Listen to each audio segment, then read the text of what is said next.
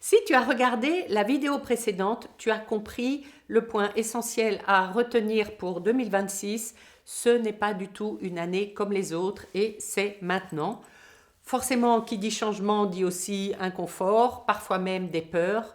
Parce que très concrètement, ce que beaucoup vivent en ce moment, je le vois autour de moi, tu l'as peut-être remarqué aussi, tu le vis peut-être aussi, c'est pas clarté immédiate, c'est pas limpide, c'est plutôt de la fatigue, du flou, du bloqué, parfois même une sorte d'instabilité intérieure, émotionnelle ou mentale.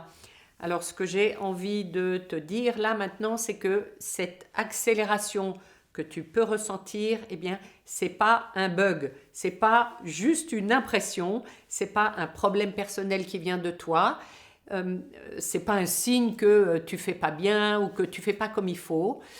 Non, ce qu'il faut savoir, c'est que astrologiquement, on est dans une configuration très particulière et mémorable.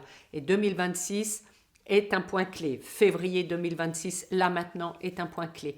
Alors si tu ne l'as pas encore fait, je t'invite vraiment à regarder ma vidéo précédente pour bien comprendre ce contexte. Si on regarde en arrière, les années qu'on vient de traverser, elles invitaient naturellement à ralentir, pas par choix personnel, mais parce que le climat collectif poussait à la déconstruction et à la fin du cycle. D'accord? Et de par les influences astrologiques, on a vécu plusieurs années qui étaient très marquées par des énergies de dissolution et d'intériorité. Neptune, c'est aussi une planète qui est liée au flou et à l'invisible, à la guérison, aux fins de cycle. Elle était très dominante parce que elle était en Poisson, qui est son propre signe. Alors on dit qu'elle est chez elle, qu'elle est dans sa maison. Et maintenant, elle passe en Bélier. Ça va tout changer. Neptune, elle passe 13-14 ans dans le même signe. Donc depuis 2011, elle était chez elle en Poisson. Et donc une planète comme ça, quand elle change de signe, ça impacte tout le climat du collectif. Donc ça, c'est pour Neptune et c'est là maintenant. Et si on remonte un petit peu en arrière, en janvier 2001, 2020, il y a eu un autre événement particulier dans le ciel astrologique. C'était la conjonction de Saturne et de Pluton. De Saturne, qu'est-ce que j'ai dit? De Saturne et de Pluton. C'était en Capricorne. Et ça, le Capricorne, c'est chez Saturne. Donc, elle était chez elle. Saturne, c'est les structures, les règles, les cadres. Voilà. Et c'est aussi le temps. C'est le maître du temps, Saturne. Et Pluton, c'est ce qui détruit ou transforme ce qui est devenu obsolète, ce qui arrive à sa fin, ce qui n'est plus d'actualité. Pour exemple, une précédente conjonction Saturne-Pluton, c'était en 1914, donc Première Guerre mondiale. C'était en 1947, donc c'était le début de la guerre froide, mais aussi l'indépendance de l'Inde. Et puis en 82, là c'était une récession mondiale. Donc attention, ne simplifie pas en te disant qu'on va vers la guerre ou la catastrophe. Ça, on essaye assez de nous faire peur. Mais rappelle-toi l'année 2020. On a eu un sacré coup d'arrêt sur les anciennes structures, les anciens rythmes, les anciens repères. C'était confinement, télétravail, arrêt brutal de certaines activités, de beaucoup. Ça s'est traduit par des temps de pause forcés pour certains, l'arrêt total, ou de grosses remises en question, des pertes de repères, et puis souvent par une fatigue qui empêchait d'avancer comme avant, comme auparavant. Fatigue et puis ou maladie, système immunitaire sérieusement mis à l'épreuve. Et donc à ce moment-là, il fallait s'habituer ou comprendre ce qui devait se terminer, se transformer ou ce qui devait être laissé derrière, ce qui devait être abandonné. On n'a pas eu le choix, même si on a résisté, finalement, on s'y est fait un peu. Et donc, la dissolution d'un ancien monde a eu lieu de 2020 à 2025. La dissolution d'un ancien monde, dans toutes ces énergies et dans ce qu'on a concrètement vécu au quotidien. Mais aujourd'hui, on change clairement de dynamique. En 2026, on sort de cette longue phase de dissolution et on entre dans une énergie beaucoup plus active, beaucoup plus directe, beaucoup plus engageante. C'est une énergie qui pousse à initier, à décider, à prendre position, à incarner concrètement, voilà, ce qui a été intégré intérieurement, ou pas d'ailleurs, hein, ça prend du temps, mais dans tous les cas, il faut avancer. Et c'est exactement pour ça que le système nerveux, nos systèmes nerveux sont autant sollicités en ce moment.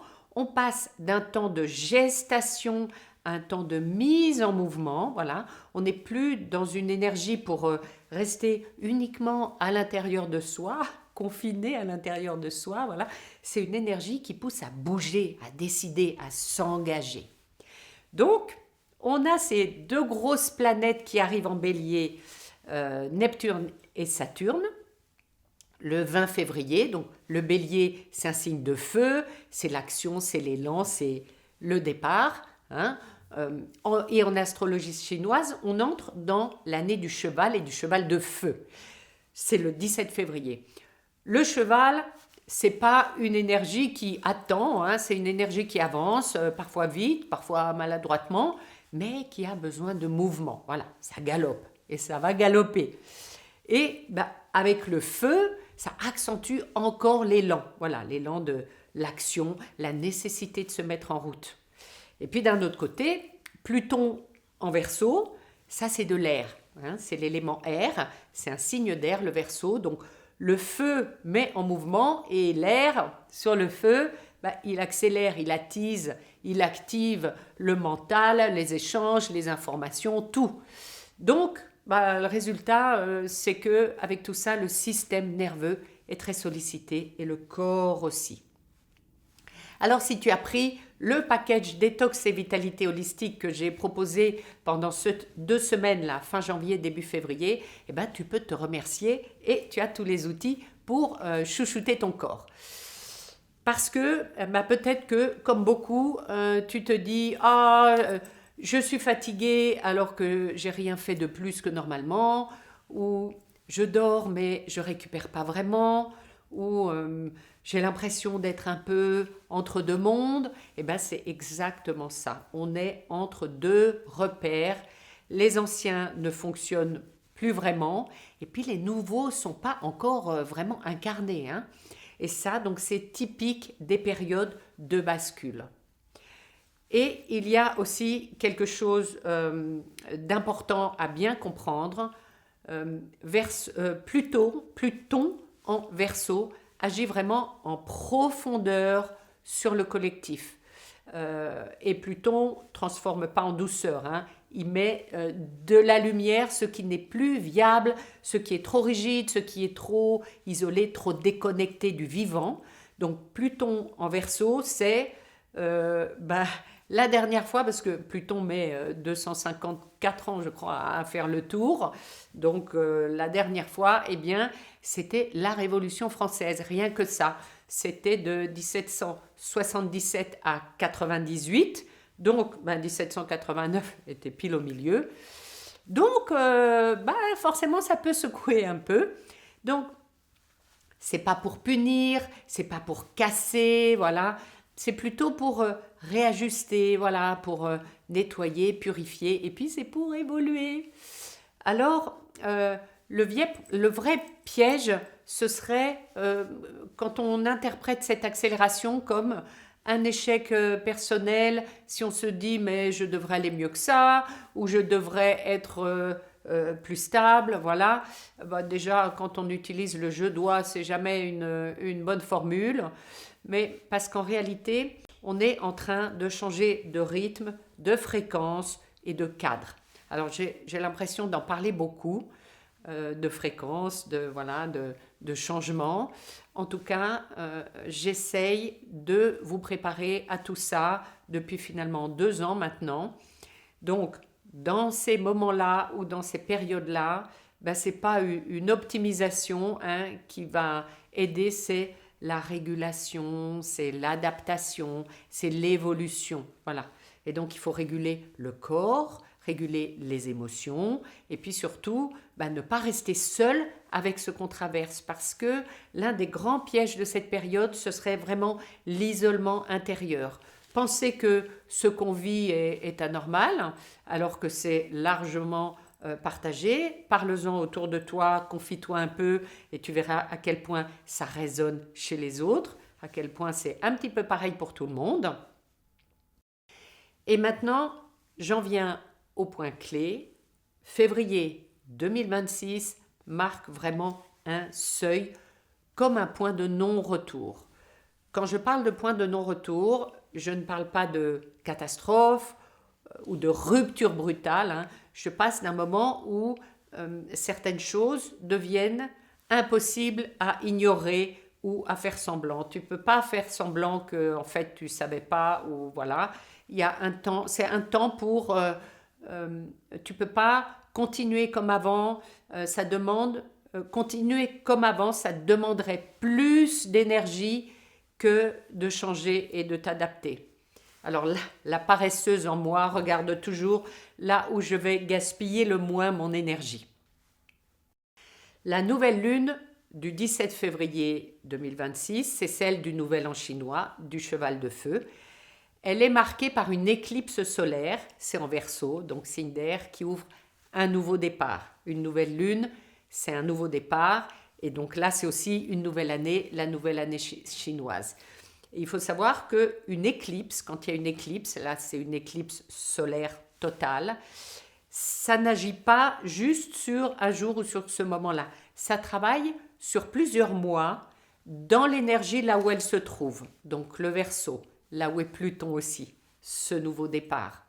Et le Verseau, il parle du collectif, il parle des réseaux, il parle de notre façon d'être reliés l'un aux autres. Alors c'est très à la mode les réseaux sociaux et ce qu'on y fait et de ce qu'on pourrait avoir le droit de faire ou pas.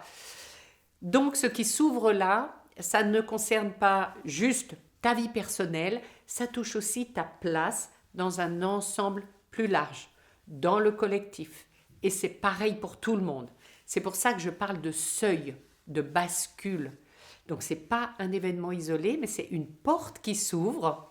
Et une fois passé, eh bien, il devient difficile de faire semblant de rien voir ou de rien sentir. Voilà. Pour beaucoup de personnes, ça se traduit ou ça va se traduire par des décisions qui s'imposent. Des choix qui deviennent évidents, des décisions rapides et c'est ok, vas-y, écoute ton intuition. Ou au contraire, par une fatigue très forte, quand on résiste, quand on continue de résister et ce à quoi on résiste persiste. Donc la seule chose c'est que tu vas perdre ton énergie, tu vas gaspiller, consommer ton énergie inutilement. Donc ça ne demande pas d'être parfait, de faire parfait très bien, de déjà tout savoir. Voilà, ça demande d'être aligné avec quelque part ce que tu sais déjà intérieurement, aligné avec toi à l'intérieur, avec ce que ton corps te dit aussi, avec ce qui n'est plus négociable pour toi. Écoute bien ça, ce qui n'est plus négociable pour toi, de dire ça, c'est terminé. Alors oui, ça peut être inconfortable, mais c'est aussi profondément libérateur. D'accord ? Dans la prochaine vidéo, je vais te parler de ce qui, selon moi, ne tient plus du tout pour 2026. Alors, ce n'est pas pour faire peur, ce n'est pas du tout le genre de la maison, mais c'est pour t'aider à comprendre pourquoi certaines façons de faire ou d'accompagner ou même de se protéger deviennent aujourd'hui contre-productives. Si cette idée de seuil te parle, si tu sens que quelque chose est en train de se jouer pour toi, tu peux me le dire en commentaire. Mettre des mots, ça aide déjà à passer la porte, ce fameux seuil. Je te laisse avec ça. C'est déjà beaucoup d'informations. Observe et ressens à l'intérieur. Ne prends pas juste pour argent comptant. Vois comment ça résonne pour toi. Et s'il y a une chose à retenir pour aujourd'hui, pour cette vidéo, ce serait l'inconfort actuel n'est pas un échec, c'est un passage. Donc prépare-toi à ton évolution. À bientôt, ici ou ailleurs, dans la prochaine vidéo, dans laquelle je vais te parler de vraiment ce qui ne tient plus du tout pour 2026. Et souris, regarde comme ça fait du bien à l'intérieur. Souris-toi.